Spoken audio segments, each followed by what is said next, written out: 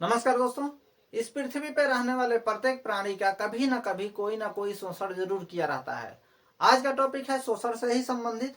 इससे बचना कैसे है, यकीन मानिए आप इस वीडियो को देखने के बाद थोड़ा सा सतर्क जरूर हो जाएंगे या संवेदनशील हो जाएंगे शोषण के प्रति।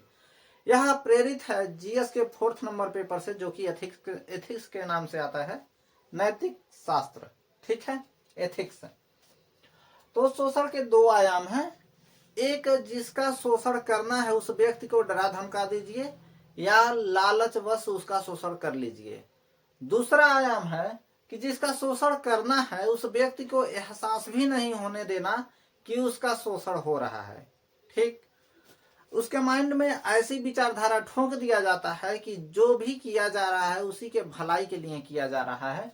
यह वो वाला वर्ग है कि जिसका शोषण करना है उसे एहसास भी नहीं देना चाहिए, एहसास भी नहीं होगा कि उसका शोषण किया जा रहा है।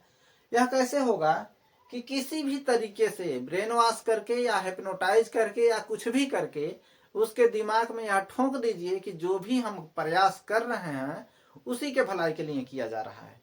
और यहाँ पे जिसका शोषण किया जाता है उसको जबरदस्ती किया जाता है, डरा धमका करके किया जाता है या किसी लालचवश किया जाता है। ठीक है, इसमें शोषित व्यक्ति को पता होता है कि उसका शोषण हो रहा है, लेकिन बेचारा क्या करे, मजबूरी है। जैसे प्राइवेट टीचर पीजी होते हैं, बीएड होते हैं, जो इंटर में पढ़ाते हैं, कहीं कहीं पीजी के लेवल पर भी कर लिया जाता है।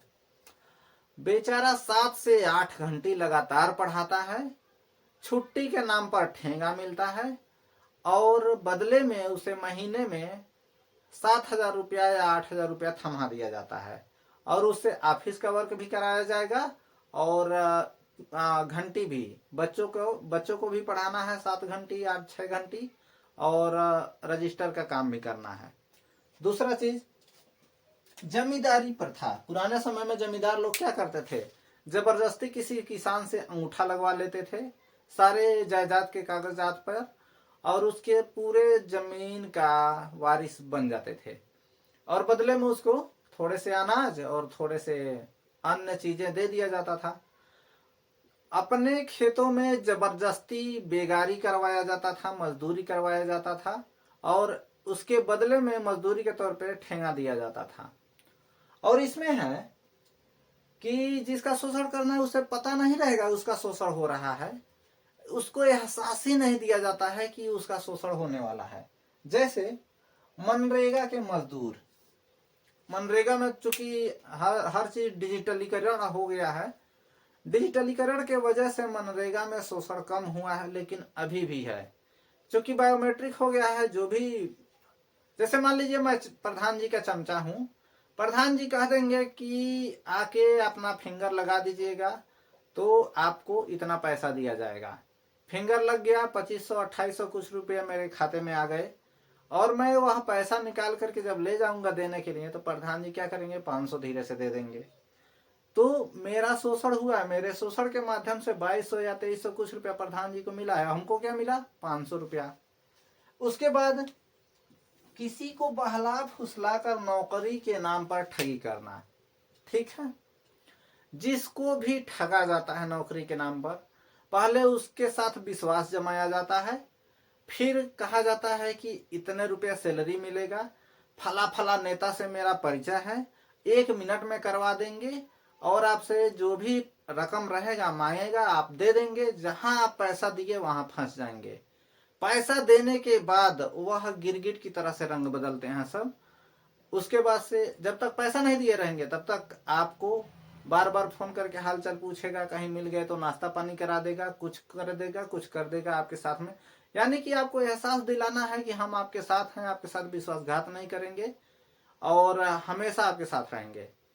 और जब आप पैसा दे देंगे तो उसके पीछे घूमते रहेंगे, कभी कहेगा ए जांच चल रहा है, कभी ए मीटिंग चल रही है, मिला जुला करके आपका शोषण करना है, बाकी कुछ नहीं।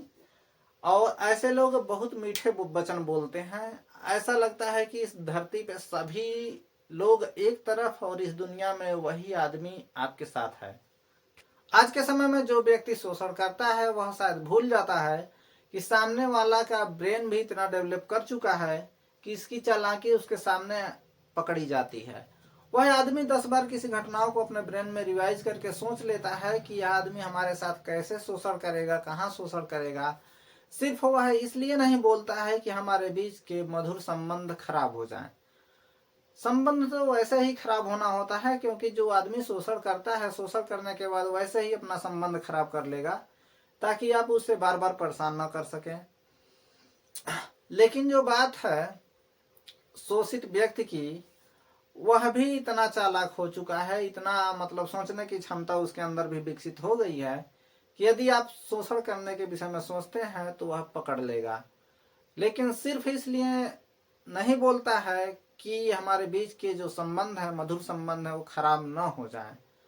यदि समय रहते आप अपने संबंध खराब कर लेते हैं तो शायद शोषण होने से बच सकते हैं। लेकिन आज का भोला भाला इंसान शोषण होना उचित समझता है, बजाय इसके कि कहीं संबंध खराब न हो जाए। और शातिर लोग शोषण कर करके अपने आप को इस दुनिया के सबसे बेहतरीन राजनेता या सबसे ज्यादा मतलब बुद्धिमान समझते हैं, होशियार समझते हैं, और सोचते हैं कि मेरा जो तरीका है कोई समझता नहीं है, पकड़ नहीं पाएगा। तो उम्मीद है यह लेक्चर आपको समझ में आया होगा। तब तक के लिए नमस्कार। चैनल को सब्सक्राइब करें, लाइक करें, शेयर करें। धन्यवाद।